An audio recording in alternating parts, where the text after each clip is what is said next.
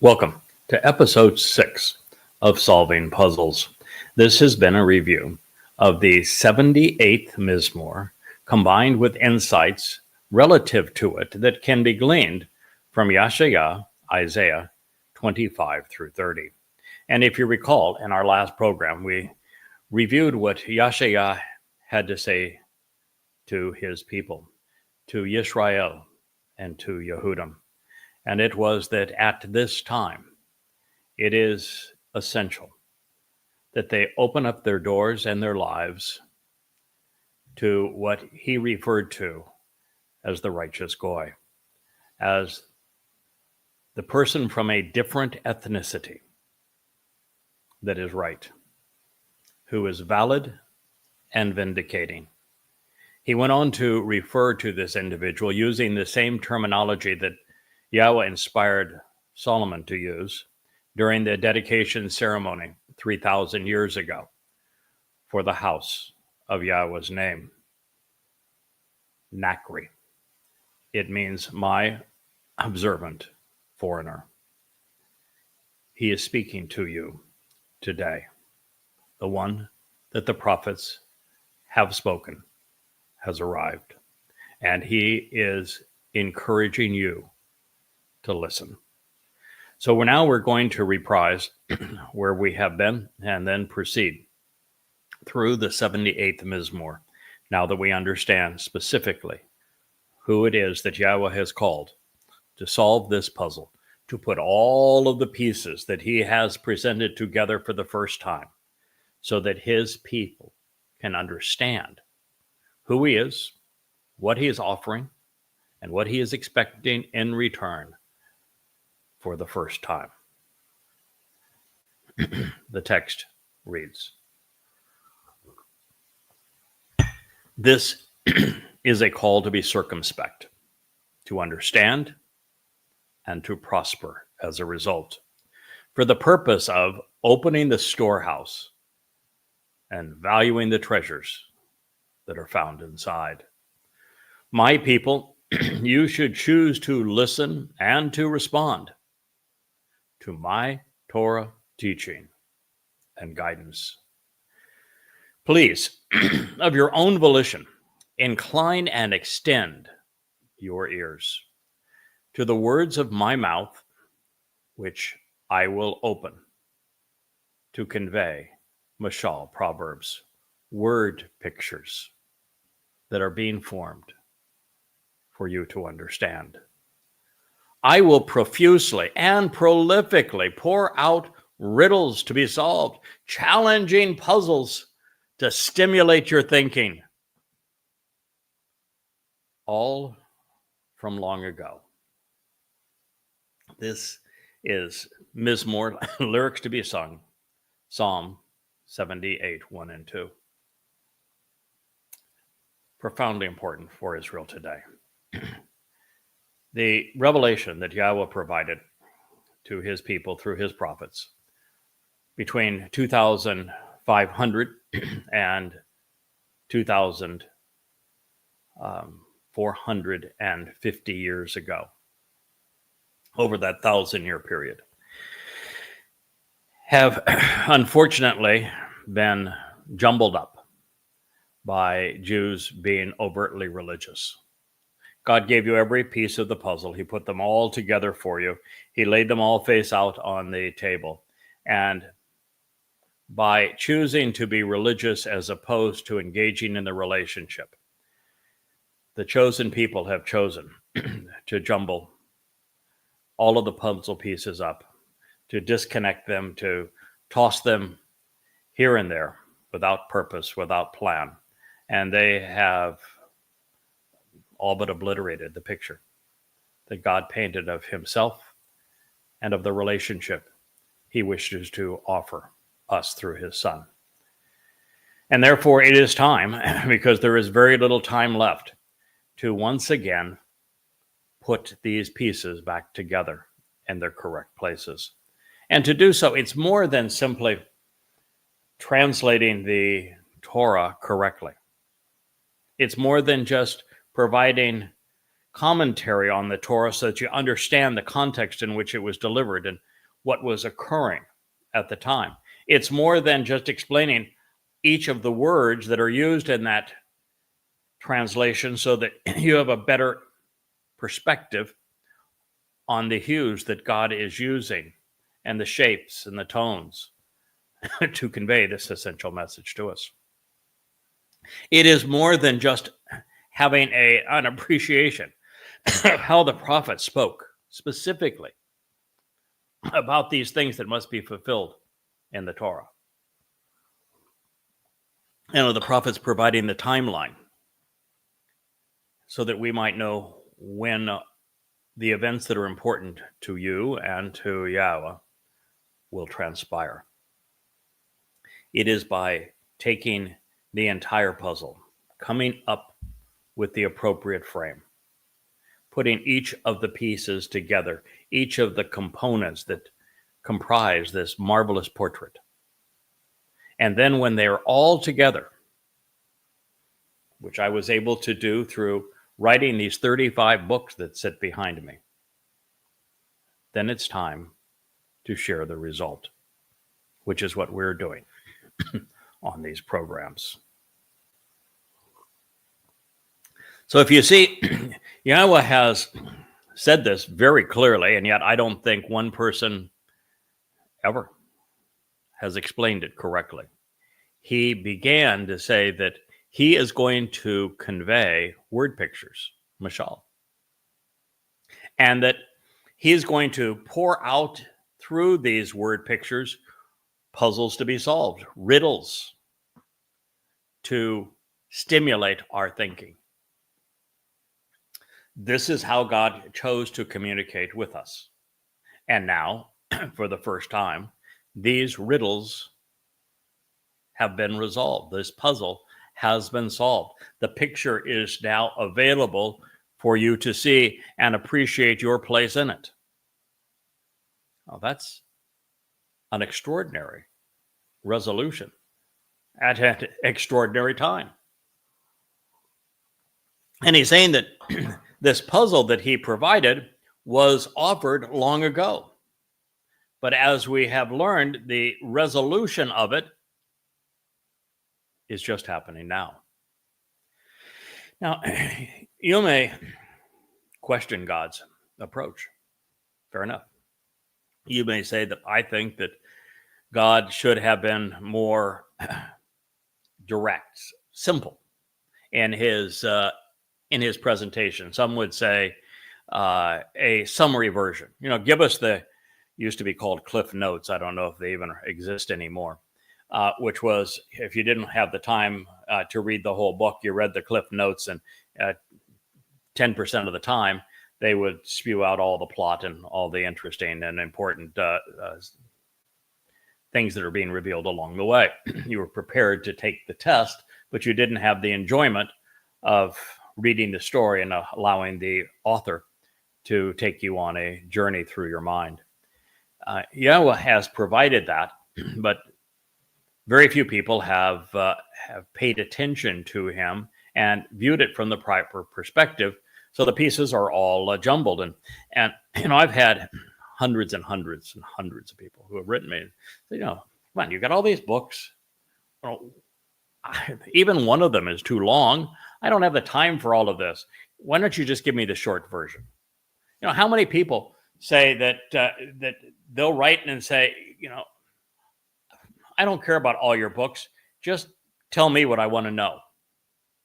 Answer my questions. And my answer is always the same. Yahweh doesn't have a short version. Why should I? Yahweh doesn't answer one question out of context. So why should I do what he does not do? I suspect that God could have come up with a much more simplistic version to his covenant. Rather than going through the whole Abraham narrative, he could have just said, walk away from your country, from religion and politics, from the family of man, and from human customs. And once you have done that, then walk to me and allow me to perfect you by attending and understanding, benefiting from Pesach, Matzah, and Bikurim. And That way I can adopt you into my family. And while you are doing that, stop trusting the, excuse me, the religious and political alternatives in your life and rely upon me, such that as a result of all of this, you, through closely examining and carefully considering all aspects of this family covenant relationship, can respond appropriately, and you will then understand why the sign of the covenant is circumcision, and you will circumcise your sons on the 8th day. And if you do that, then I will make you immortal through Pesach. I will perfect you on Matzah. I will then adopt you into my family on Bikurim, firstborn children, where I will enrich and empower you. Therefore, the terms and conditions of the covenant are mirrored in the Mikra. Have a nice day. I'll see you at the end of your life. No need for Abraham. No need for Moshe. No need for the Torah. Just spew it right out. There it is. What, that took me a minute or two to deliver? There's your Cliff Notes. Now what? Who's Yahweh? Why would you want to spend your eternity with him? Where is eternity going to be spent? Where are you going? Why would you want to go there? What proof do you have that any of this is real?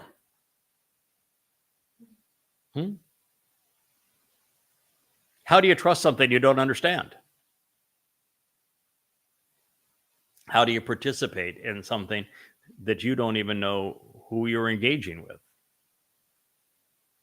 And let's just say that God made the slimmed down version, that he reduced all of his Torah and prophets and Psalms, and it was just him chiseling this one thing on a really big rock someplace so that you could read it. And he dispensed with working through people. You know, no Adam, no Towrah, no Noah and family, no Abraham and Sarah, no Yishak and Jacob, no Leah and Rachel, no Moshe, Aaron, and Miriam, no embittered children of Yisrael, no Samuel, no Dode. Okay. And what's the context of all of this?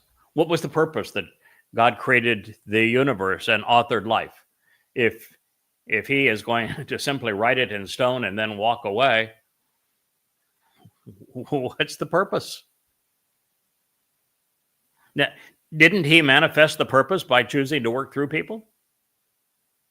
Didn't he show us what he's all about by choosing a particular ethnicity and saying, you're my family? I'm going to show the good, bad, and ugly right through you based upon the way you respond and the way I respond to you based upon that. If it was just a simple data dump, then what would be the purpose of having minds? Why bother to even talk? Why form a relationship? Why think? How would heaven, under those circumstances in eternity, be any different than the hellish conditions that we experience here on earth, where virtually every human family is fractured, every religion is diabolical, politics have been all about enslaving your neighbors and controlling and fleecing your those that are in your own fiefdom or community? How would we be any different? You know, as I say, I spend my early morning and my evening in social media on X in particular, and I want to tell you, it's hell out there. It's just miserable what people are saying. Everybody is yelling, no one's listening. There aren't 5 people on the planet that understand, and that might be generous. Okay, well, a covenant family here is actually in the hundreds, so okay, there's a few more than that. But there's only a score of you that are active in on X, so maybe it's that's the number. If God did it that way, that would be the result. And it's more than just a filtering mechanism for Yahowah to have conveyed word pictures that are in a puzzle form that we are then invited to piece together to understand. And therefore, once we see the completed picture, we can convey it and respond to it. There's a tremendous amount of satisfaction doing that work, solving the puzzle. I mean, if the jigsaw puzzle came in the box already assembled, what's the point?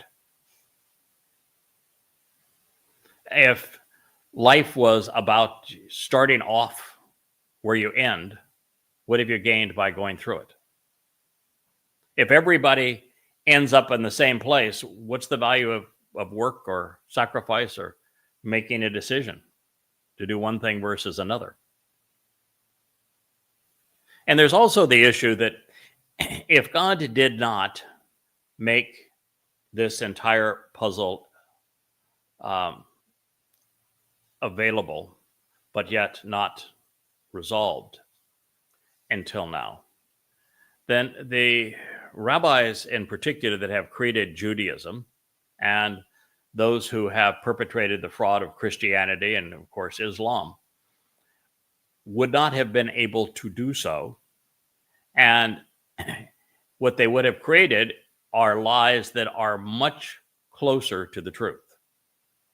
And you might say, well, it would be better if Christianity, had David as the Messiah and the Son of God fulfilling Pesach Matzah B'Kurim, and it was closer to the truth, and they just had a New Testament that was trading Jews for Goy and Israel for the church. Well, then wouldn't that be better? No, it wouldn't.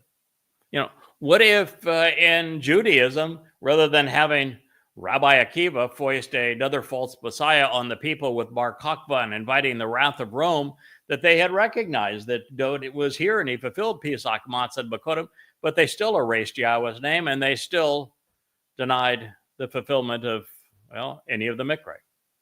And they claimed that there was a oral Torah, now the Talmud, that had more weight than the original Torah. Wouldn't that be better? At least it'd be closer to the truth, right? No. The closer the fraud is to the truth, the more credible the lie becomes. It doesn't make the lie true. A counterfeit bill is 99.99999% identical to the authentic one that it's copying, but it is still a complete and worthless, actually criminal fraud. The same thing would be true with all of this. So God had to keep it from being solved until there was just enough time left to convey the results to those who are willing to listen but not corrupt the truth. This is one of the reasons, by the way, I posted on the Facebook page that we are going to begin a new series. We have finished Dode's Song, and I like to keep 3 going concurrently. Ultimately, I'd like to have 4 and add a review of Islam because it's really important that God's people know who is trying to destroy them. And they stop lashing out at symptoms and making a bad situation worse. And so I've decided to replace Dode's Song, since we finished it, with Katsir Harvest, because they are the most timely and relevant events in the lives of God's people. And they explain exactly, how to participate if you want to join us. Excuse me, in those harvests.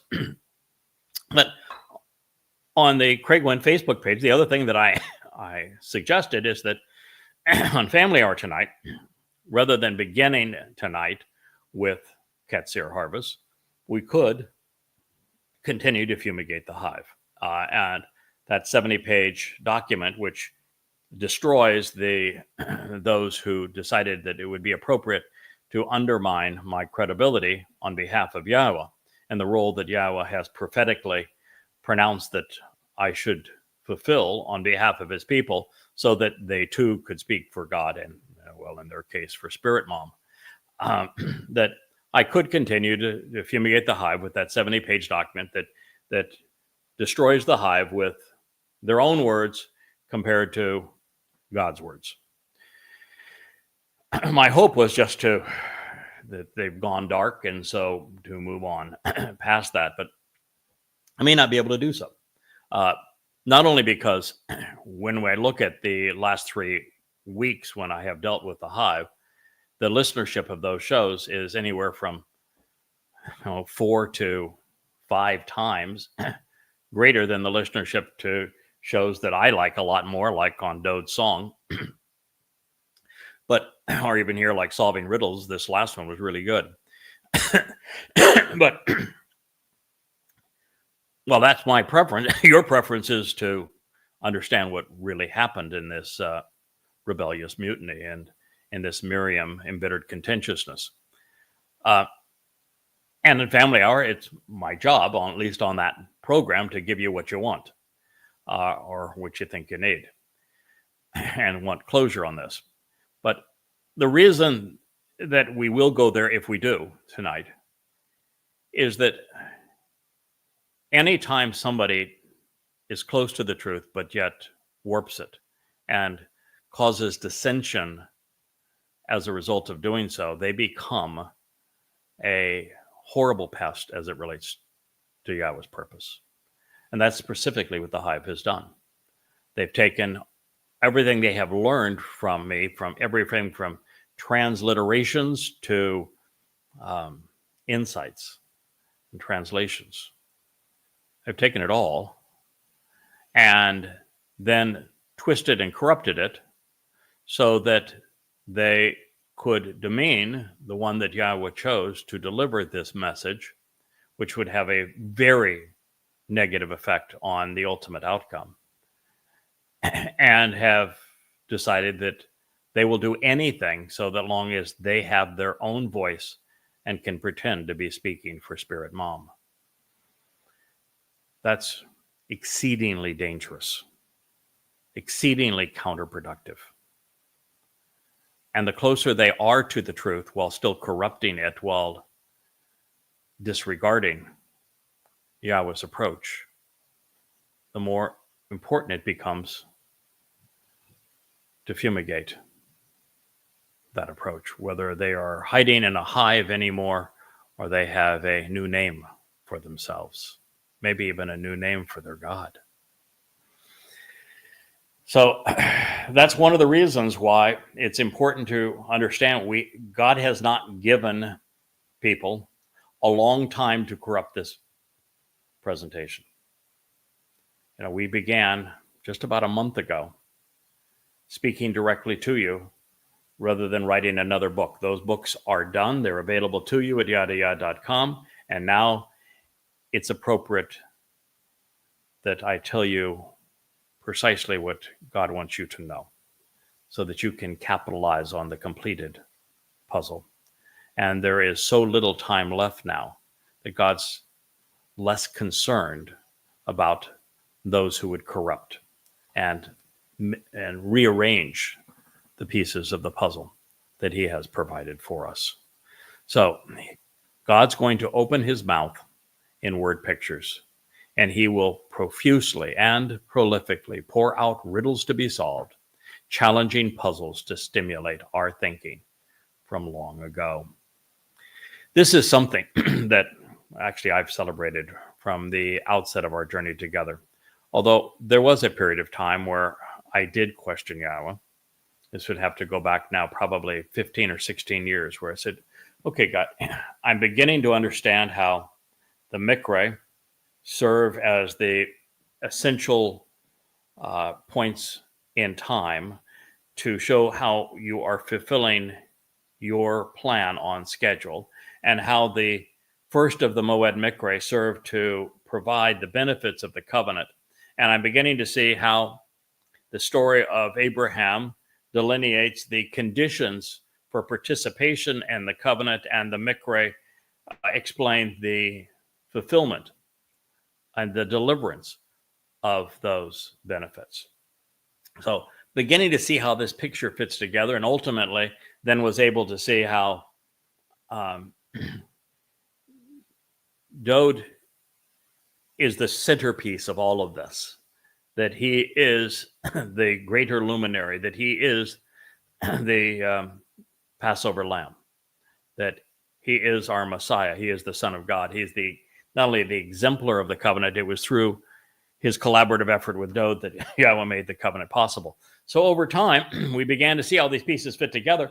And yeah, there was a time when I said, God, couldn't you have made it just a little bit easier? I mean, now, can you imagine how much background information I have to provide to your family to explain what you've done, how you've done it, when you've achieved this, and through whom? I mean, you've made this quite the challenge here to get all of this across to your people who have been led to believe that none of it's true.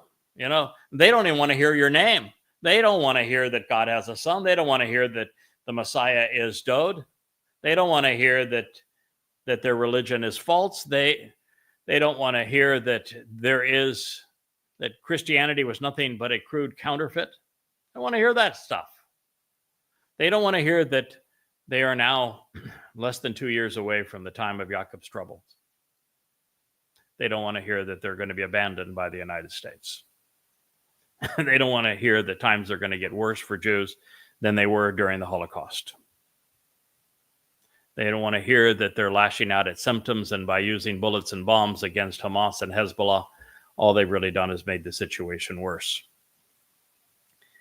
Man, Yahweh, you haven't exactly made it easy.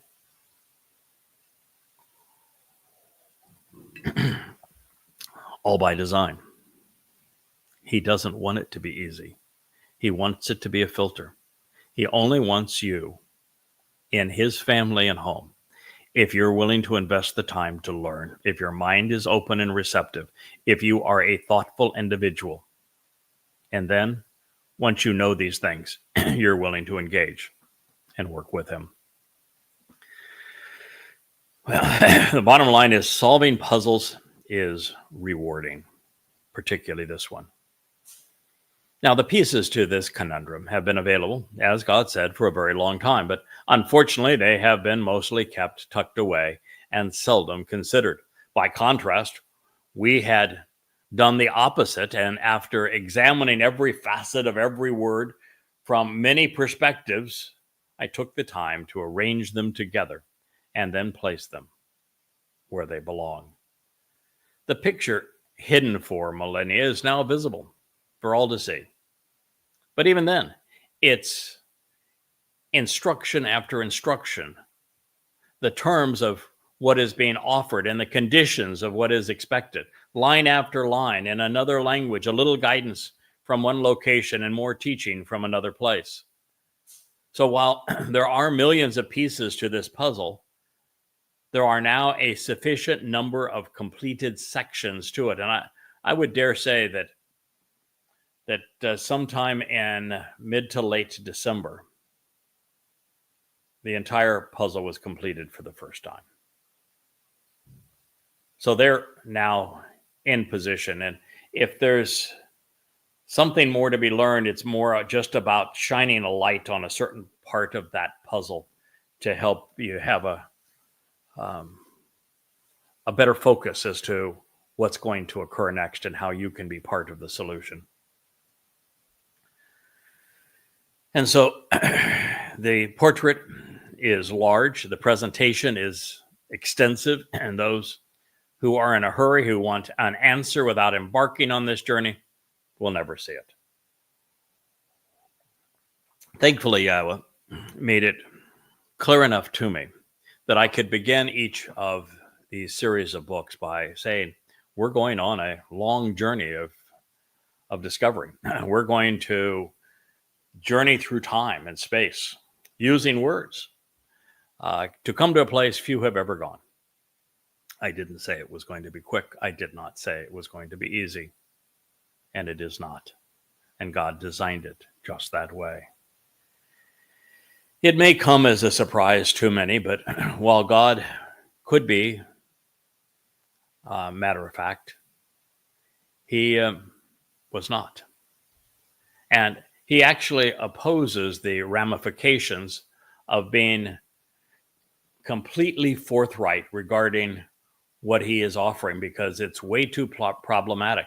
If Yahweh served up the way to him in a pamphlet with a short list of believe and you'll be saved, heaven would be so filled with thoughtless, self-serving, religious nincompoops that life there would be no different than we are currently experiencing on earth.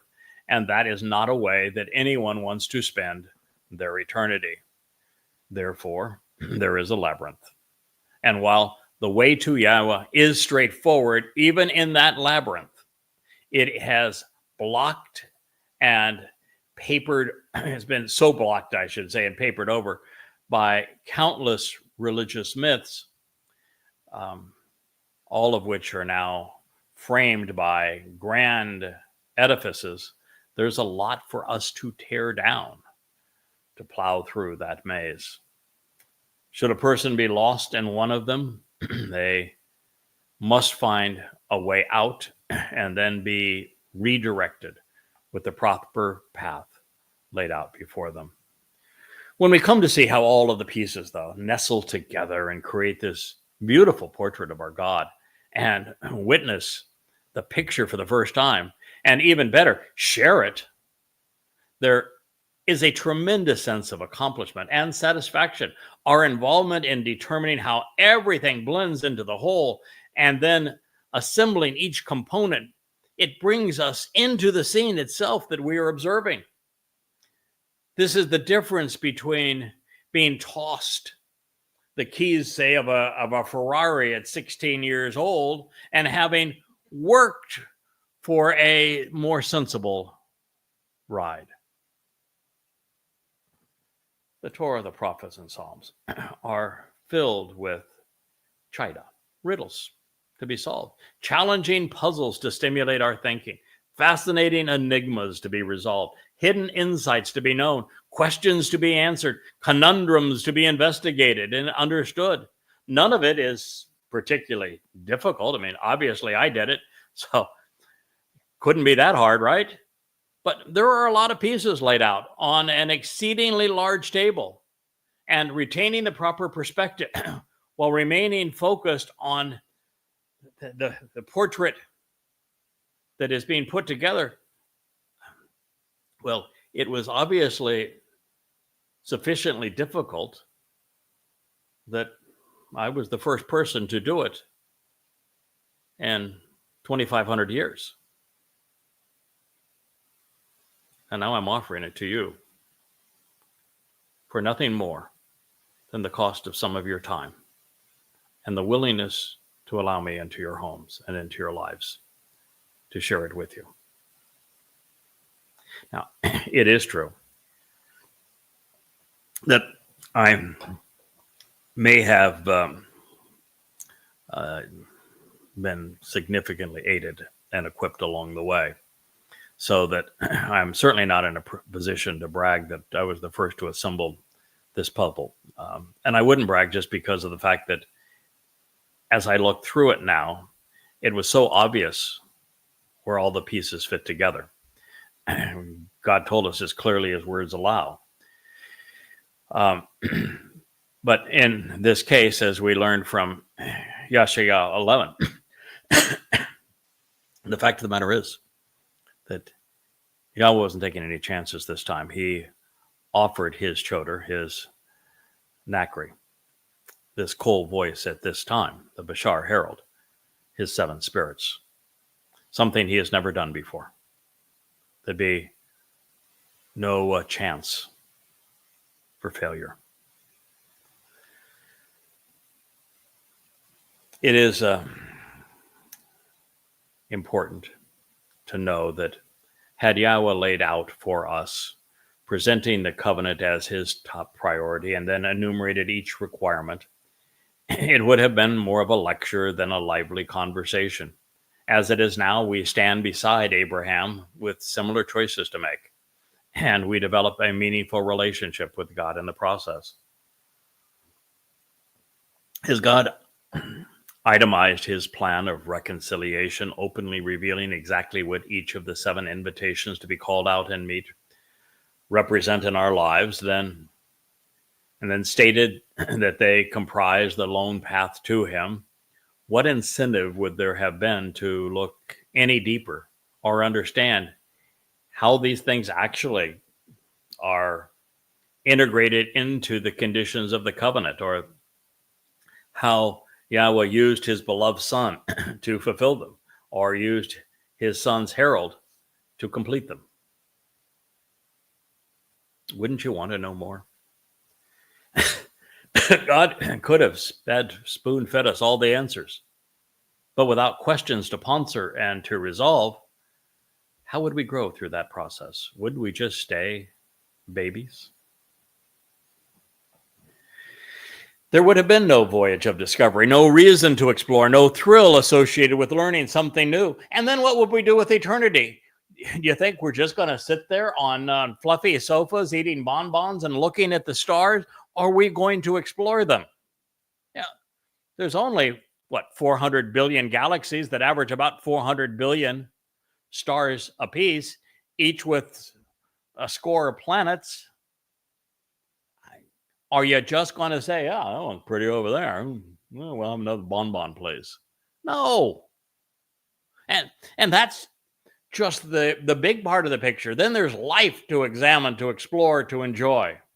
And then there's the inner workings of all of this, and how gluons and quarks are all put together with subatomic particles, such that energy can be organized into matter, and to see how all of these component pieces fit together, and understand the language and the structure that Yahweh used to transition from energy to matter, and then back from matter to energy, so that we can make that same transition as we want to enjoy a peaceful moment under the starlight on a distant world, or just a good meal, or a lovely song.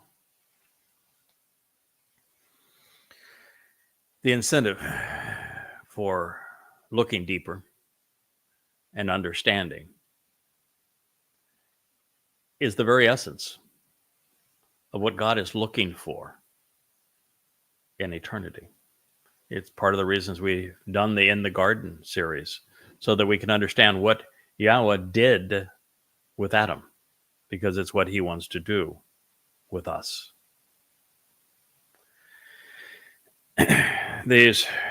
It's important that those who choose to be part of the covenant family love exploration. They love the thrill of learning something new.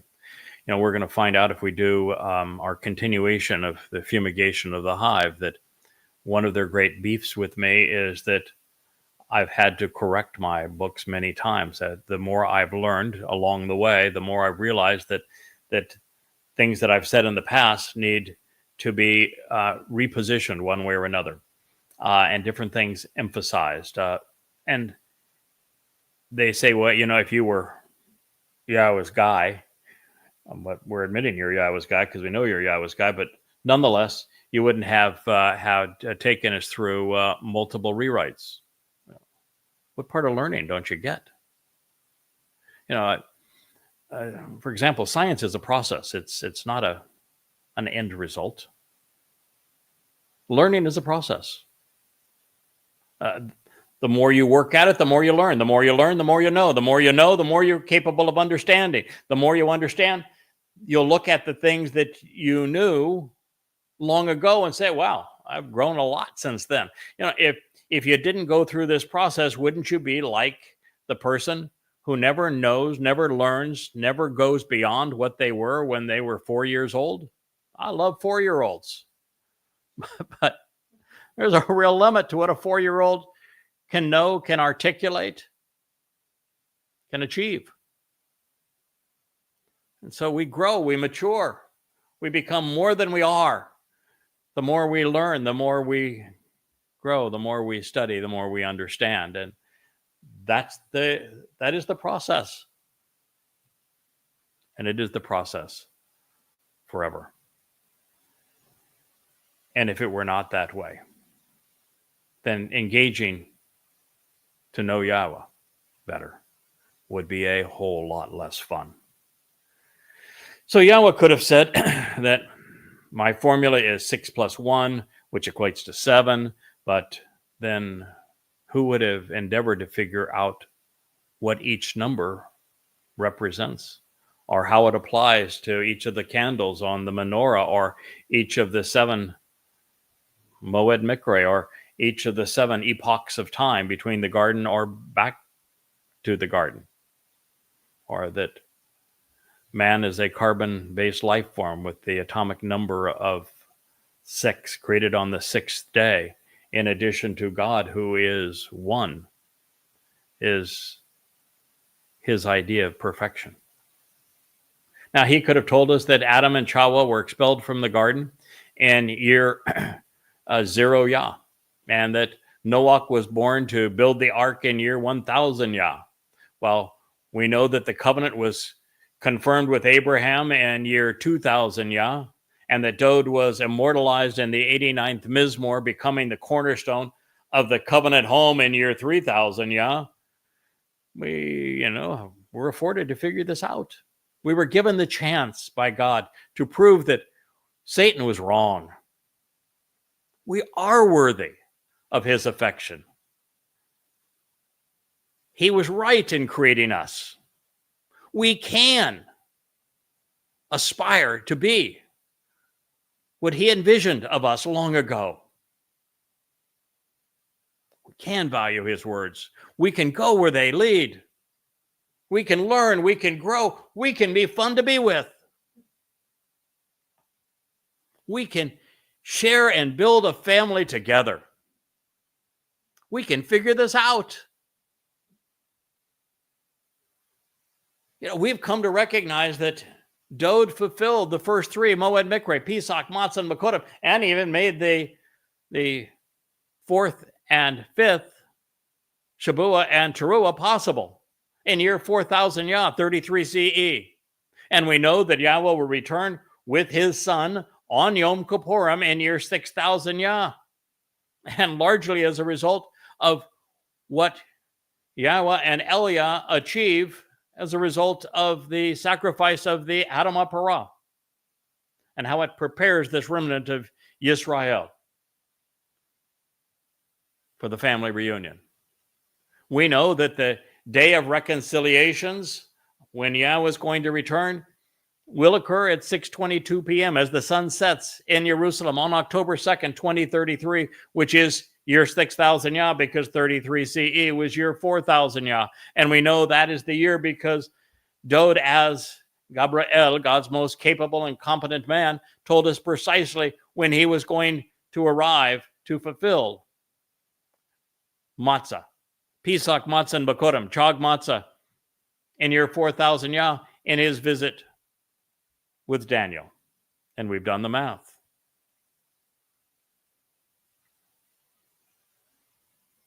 We could figure it out.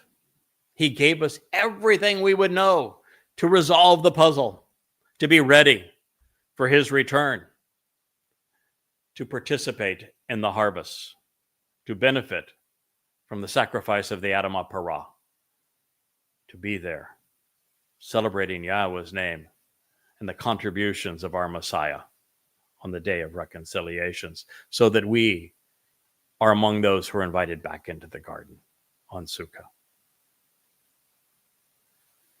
Not deadbeats, not faithful, not religious, not political, not still mired in this ugly world that we have made, turning what God gave us that was so beautiful into something now so twisted and perverted.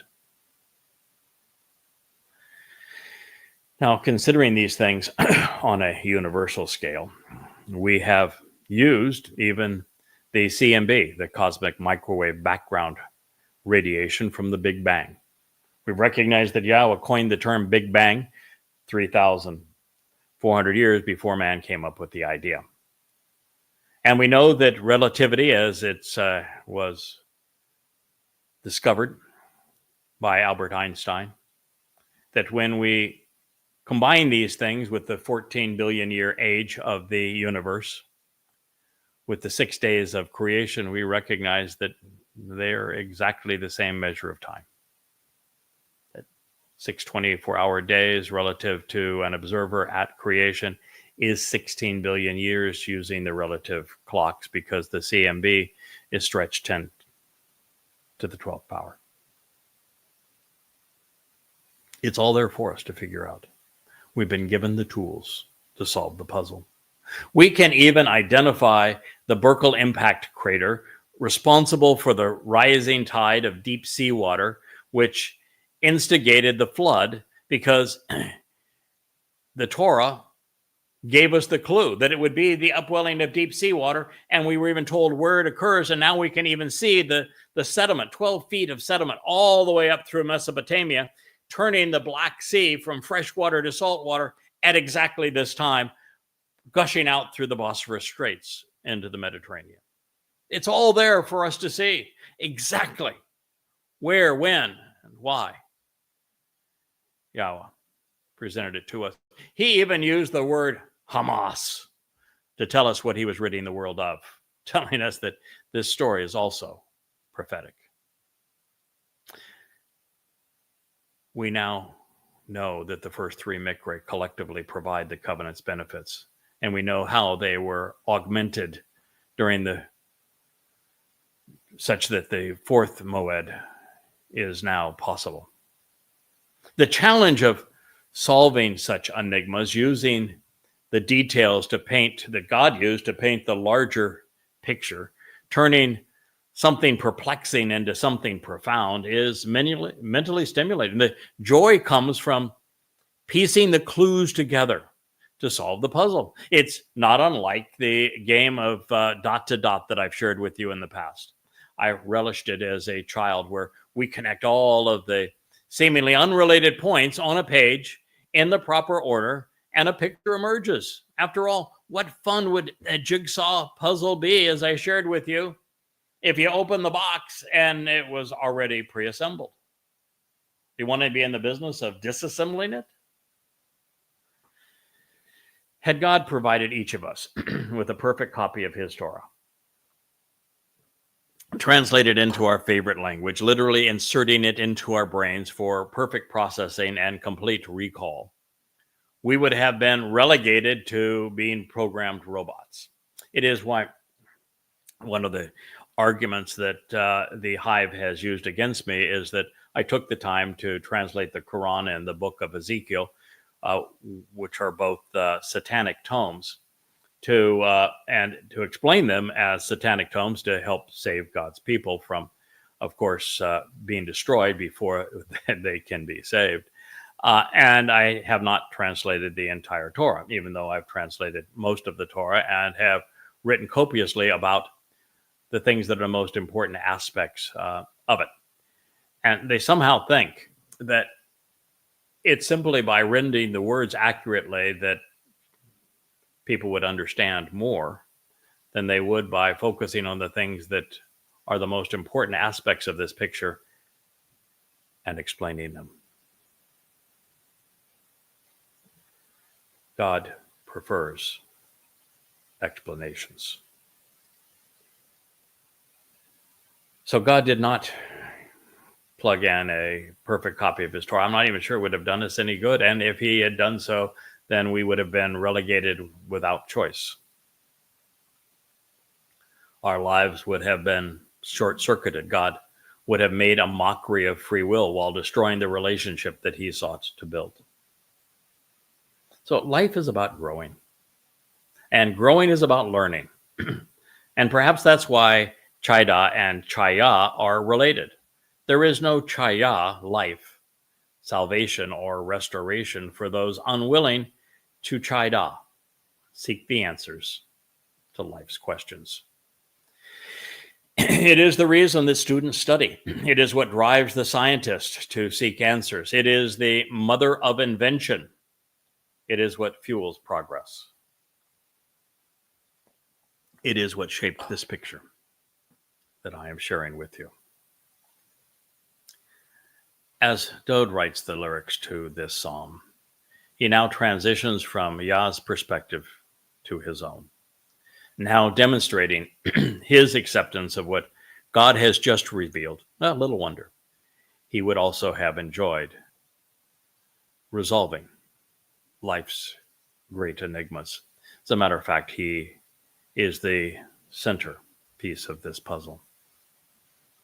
This is all part of and related to what we have heard and what we have come to know. Yada. Our fathers communicated to us in writing. We will not conceal this from our children or from the children of the last generation, so that they have a written record which is documented in a series of books, revealing Yahweh's positive attributes and listing his exceptional deeds and offering appreciation. With his unwavering determination and enormous empowerment, his influence, resolve, and ability to accomplish what needs to be done, prevailing in peace and in war, he has done awesomely wonderful things, fulfilling his amazing promises at great personal cost to provide the benefits of the relationship. Mizmor, lyrics to be sung, Psalm 78:4. It was actually 3 and 4. There are times when we read a passage, and I can honestly tell you that Dode could have been speaking of himself, that Dode could have been speaking of Yahweh, or that Dode could have been speaking of what Yahweh would achieve through his herald on behalf of his son. And in this particular case, every word of this applies all three ways. And it is because of the fact that it applies all three ways that it should get our attention in the here and now. And that is how it was designed. Dode is calling our attention to the one who solved the puzzle. Yahweh wants his people to see it.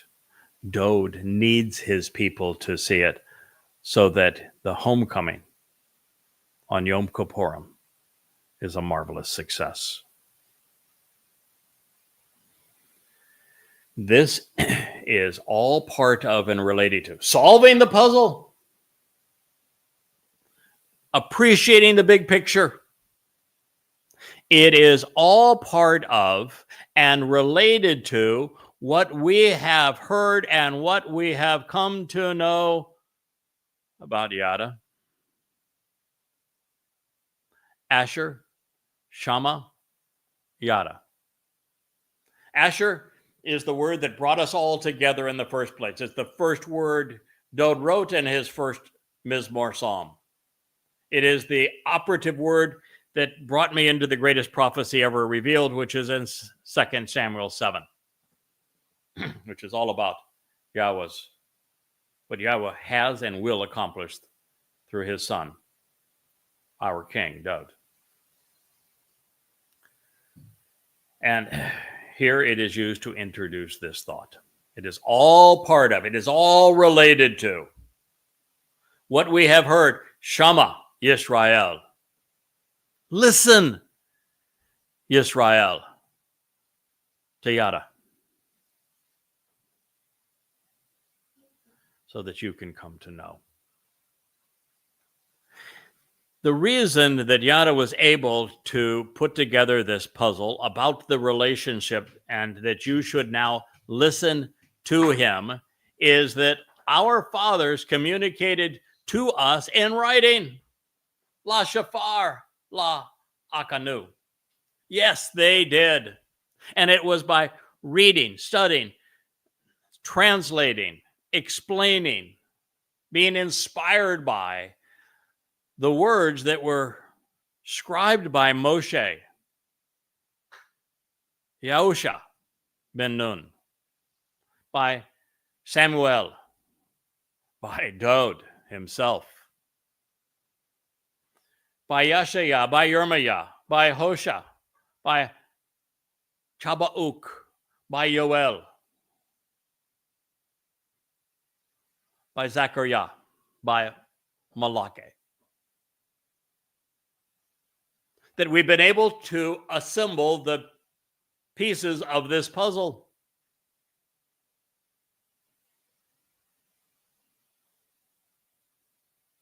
Because they were in writing, and because we began in an entirely written format, such that now we're in a position to convey this picture with words. No, the writing was not concealed. And in addition to that,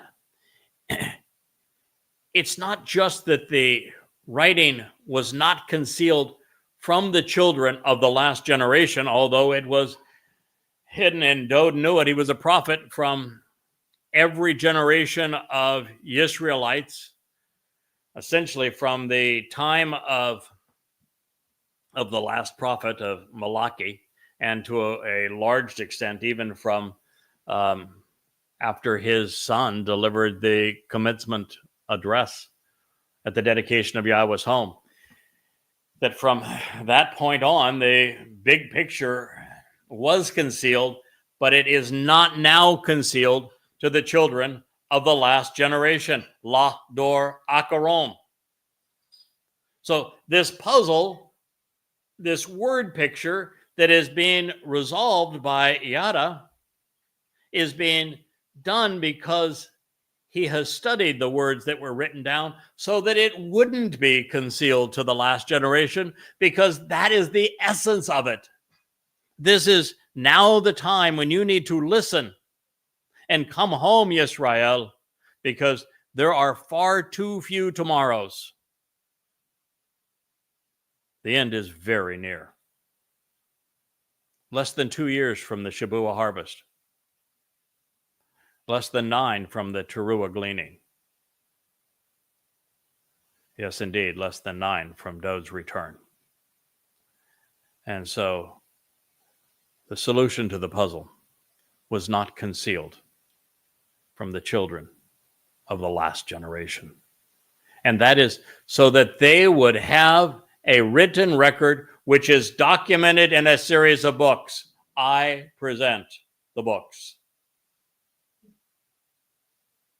They are not only here behind me and within me, but also at YAHOWAH.com. They are the essential component of our outreach on Facebook, on X, on YouTube, on Rumble. Go there. Bask in this fullness of this picture. Capitalize upon it. Grow as a result of it. Engage and share based upon what you learn. Yes, now, they have a written record which is documented in a series of books, all of which reveal Yahweh's name and his positive attributes, listing his exceptional achievements while showing our appreciation. First time Yahweh's name was reintroduced to his people. It's the first time that the great accomplishments of Yahweh have all been delineated so that you can capitalize and show your appreciation. First time, Yahweh can be known based upon his words and how he revealed himself. And indeed, it is Yahweh's unwavering determination. It is Dod's unwavering commitment. It is now the influence of Yahweh's 7 Ruach that has provided the resolve to accomplish what needs to be done so that we will prevail. Yes, Dode has done, Yahweh has done, and I have also engaged to do these awesomely wonderful things, fulfilling God's tremendous promises. And yes, it has come at a personal cost. I've devoted every waking hour for 23 years, and I will continue to do so right to the end. Dode gave his very last ounce of devotion to us as he fulfilled Pesach and Matzah en route to Bokorim. Yahweh has been there for his people, even when his people erased his name, denounced his son, and spit in their faces, told them to go away and shut up, preferring to listen to their rabbis instead. He has been here even as Christianity did a smear campaign against his son, creating a crude counterfeit to besmirch the reputation of Dode. He has been there as Satan himself created Islam to murder Jews, to rob them of their land and of the promises that God has made to his people. He's been there through it all. And now he is no longer silent. He has chosen a voice, a herald for his son, someone who was willing to invest the time to solve the puzzle and then share it with you. I am Yada, and this has been the YAHOWAH blog.